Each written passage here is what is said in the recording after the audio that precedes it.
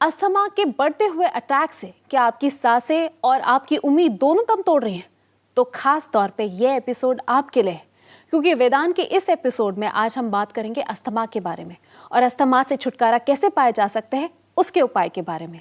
और ये जानकारी देने के लिए हमारे साथ मौजूद हैं मशहूर हकीम खुर्शीद मुराद साहब। जी हाँ, वो हमारे साथ स्टूडियो में मौजूद है। चलिए इनका स्वागत करते हैं। हकीम साहब, आपका हमारे स्टूडियो में बहुत बहुत स्वागत है। आपका बहुत बहुत धन्यवाद। आज हम बात करेंगे वेदांत में अस्थमा के बारे में। तो अगर आप भी अस्थमा से परेशान हैं या कोई सवाल आपके मन में उठ रहा है तो आप हमें तुरंत संपर्क कर सकते हैं। हमारे कॉन्टैक्ट डिटेल्स आपके स्क्रीन पे फ्लैश हो रहे हैं।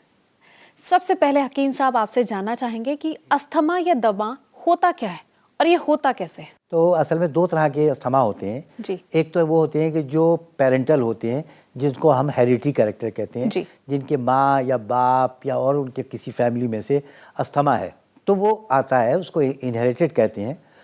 एक अस्थमा वो होता है कि जो हमारे अपनी ही कारणों से पैदा होता है। अपने कारणों में ये है कि हम बहुत ज़्यादा, जैसे बच्चे हैं आजकल कोल्ड ड्रिंक ज़्यादा पी रहे हैं, चॉकलेट ज़्यादा खा रहे हैं। जी। अब चॉकलेट्स में क्या एल्युमिनियम ज़्यादा होता है, वो थ्रोट को भी ख़राब करता है और लंग्स को भी ख़राब करता है। ज़्यादा अचार खाना है, चटनियाँ खाना है ज़्यादा, ये सब गले के अंदर एक इरिटेशन कहते हैं। इरिटेशन कब आता है? जब खट्टा खाते हैं, चीख के बोलते हैं। जहाँ चीख के बोले आवाज़ में सूजन आती है, फिर आप ये करना शुरू करते हैं। एक्चुअली वो फेरिंग्स के अंदर एक स्टिकी कफ है जो डिस्चार्ज करता है। हमें लगता है कि हमारा गला ख़राब है, हम बात करने से पहले करा जी, उसको क्लियर किया, फिर बात कर लें। यही कफ जब नीचे उतर जाता है तो लंग्स में जैसे शहद की मक्खी के छत्ते होते हैं जी, छोटे छोटे छोटे खाने होते हैं जिनको हम एल्वोलाइज कहते हैं जी, ब्रोंकोल्स कहते हैं उनको।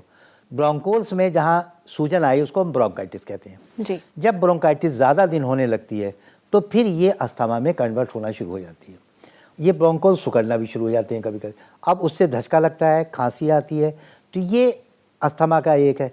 एक है कि आपको एलर्जी हो रही है, हमें धूल मिली, हमें खांसी आ गई, हम स्मोक कर रहे हैं बराबर, तो वो इनहेल कर रहे हैं हम लंग्स के अंदर जी। जब लंग्स में इनहेल कर रहे हैं तो लंग्स में इरिटेशन आ रही है जी, उसकी वजह से कफ बनता जा रहा है और अंदर हल्के हल्के जो एल्वुलाइज हैं उनमें सूजन आती जा रही है जी।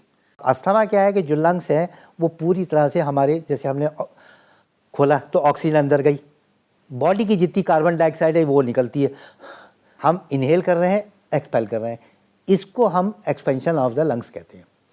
ये किसी तरह से बिगाड़ पैदा आ जाए तो उसको हम अस्थमा कहते हैं। अगर किसी को अस्थमा है, डेवलप हो चुका है, तो इसके सिम्टम्स क्या है? कैसे पता चलेगा कि अस्थमा हो चुका है? जब बच्चा पैदा होता है तो उसको निमोनिया का इफेक्ट आता है, उसके लंग्स चलते रहते हैं, सीटी बोलती है, उसके लंग्स के अंदर एक गड्ढा पड़ने लगता है क्योंकि उसके लंग्स पूरी तरह से ऑक्सीजन ले नहीं पाते हैं। डीप ब्रीथ करता है तो लंग्स यहाँ से अंदर चले जाते हैं, उसको यहाँ एक बहुत बड़ा एक पैच पड़ जाता है, तो वो उसको निमोनिया भी कहते हैं, बाद में लोबर निमोनिया भी कहते हैं, और वो लंग्स बच्चे के एक्सपेंड नहीं कर पाते हैं जी। और फिर बच्चे का बहुत ज़्यादा ये लगता है कि चेस्ट ऊपर नीचे जा रहा है। सबसे ज़्यादा कि लंग्स में बहुत ज़्यादा ऑब्स्ट्रक्शन जो है वो ज़्यादातर अस्थमा में ही होती है। तो एक तो बच्चे से पता लग गया कि वो पैदा होते ही पता लग गया जी। एक ही है कि किसी ने अपने सिगरेट स्मोकिंग ज़्यादा की, उनके ब्रोंकोल्स के अंदर वही इन्फ्लेमेशन आया, ब्रोंकाइटिस आई, उससे फिर उसको हम एलर्जिक ब्रोंकल अस्थमा कहते हैं जी, कि उन्होंने किसी कारण से अपने अंदर कर दी। पहले वो एलर्जिक राइनाइटिस होती है, फिर फायरेंजाइटिस, फिर एलर्जिक अस्थमा। अब वो अस्थमा होने के बाद वही सिम्टम मैंने बताया कि डीप ब्रीथ करता रहेगा आदमी, रात में खांसेगा बहुत ज़्यादा, किसी भी थोड़ा सा काम करेगा उसका पर्सपायरेशन होगा। और एक ओल्ड डिजीज़ होती है जिसको हम COPD कहते हैं जी, क्रॉनिक ऑब्स्ट्रक्टिव पल्मोनरी डिजीज़ जी। इसमें जो लंग्स के साथ जो नालियाँ जा रही हैं उनमें सूजन आना शुरू हो जाती है और उसकी वजह से ये शुरू होता है। और फिर उसके अंदर क्या है कि जहाँ मौसम बदला और वो अटैक आया और फिर लंग्स में पूरा फैल जाते हैं, सांस वैसी आती चली जाती है। और इसी के बाद एक और, जब ओल्ड डिजीज़ हो जाती है तो इसमें एक सफ़ेद तरह का मास बढ़ जाता है। जैसे कभी आपका कटेगा तो ये नॉर्मल नहीं आएंगे सेल, एक वाइट सेल आएंगे इसके अंदर, उसको फाइब्रोसिस कहते हैं। वही लंग्स में बढ़ना शुरू हो जाते हैं, तो जब वो बढ़ेंगे तो लंग्स की अपनी कैपेसिटी घट जाती है, तो सांस नहीं आएगी, सीटी विजिंग साउंड शू शू बोलेगा, फिर वही ब्रोंकोलाइटिस लेते हैं, फिर जाके कहीं थोड़ी देर काम कर पाते हैं। तो कौन से लोग हैं जिनको ये प्रॉब्लम बहुत ज़्यादा होने का खतरा होता है? देखिए, एक तो उनमें खतरा होता है जिनके पेरेंट्स में है पहले से, हेरिडिटरी जो आपने हेरिडिटी बताया। आ गया। जी। एक वो जिनकी की हैबिट्स खराब हैं, बहुत से ऐसे हैं जिन अनहैबिचुअल्स हम कहते हैं। अनहैबिचुअल वो है जो अपने आप से हट नहीं सकते। पेंटर्स हैं जी जी। कि उनका काम ही पेंट करना है, और तो जितना भी एरोमा है, स्मेल जो है, अपनी स्प्रिट उसके साथ पेंट, वो हवा के साथ लंग्स में जाता रहता है, जी, उससे एक एटमॉस्फेयर की बढ़ वजह से जाता होता है।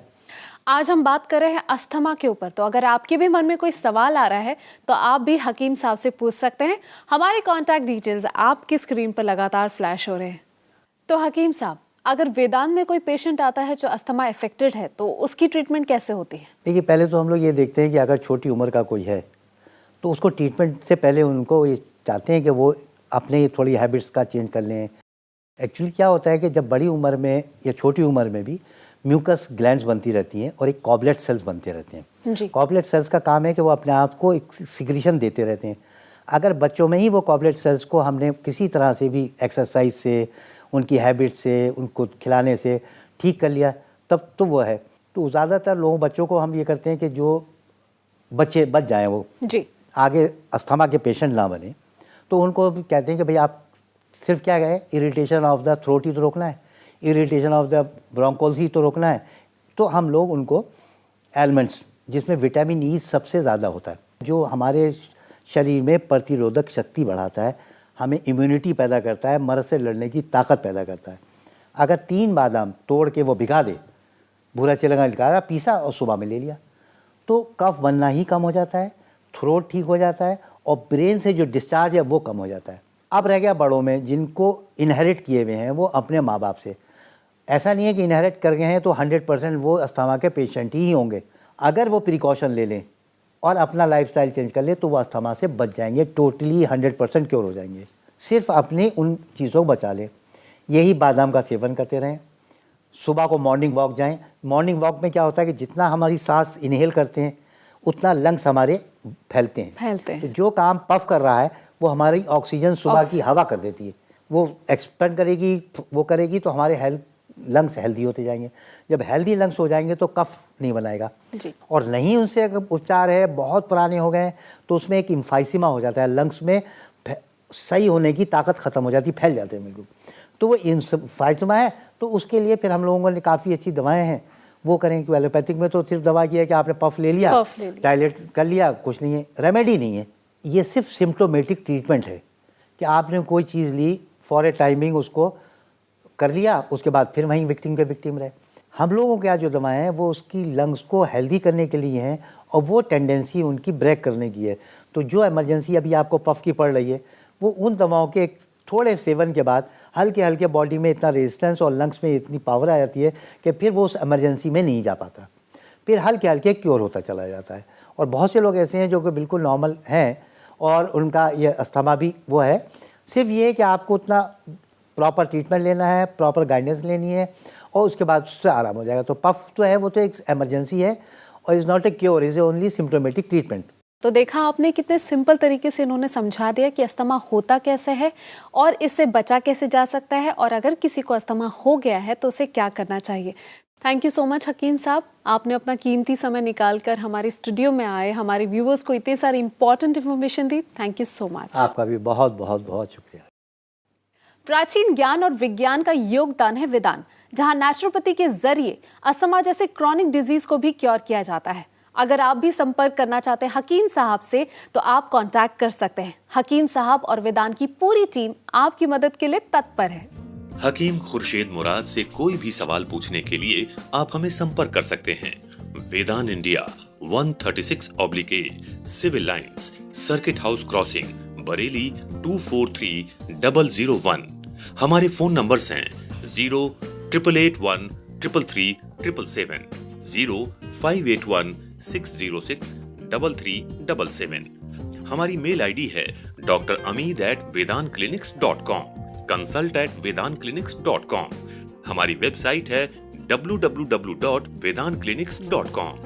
दोस्तों, एक सेहत भरी जिंदगी कैसे जी सकते हैं, इस इम्पोर्टेंट मुद्दे के बारे में बात करने के लिए आप और हम फिर मिलेंगे वेदांत में। तब तक के लिए हमें दीजिए इजाजत। अगले एपिसोड में इसी खुशी के साथ, इसी सेहतमंद जिंदगी के साथ। तब तक अपना ख्याल रखिए, क्योंकि हमें आपकी फिक्र है।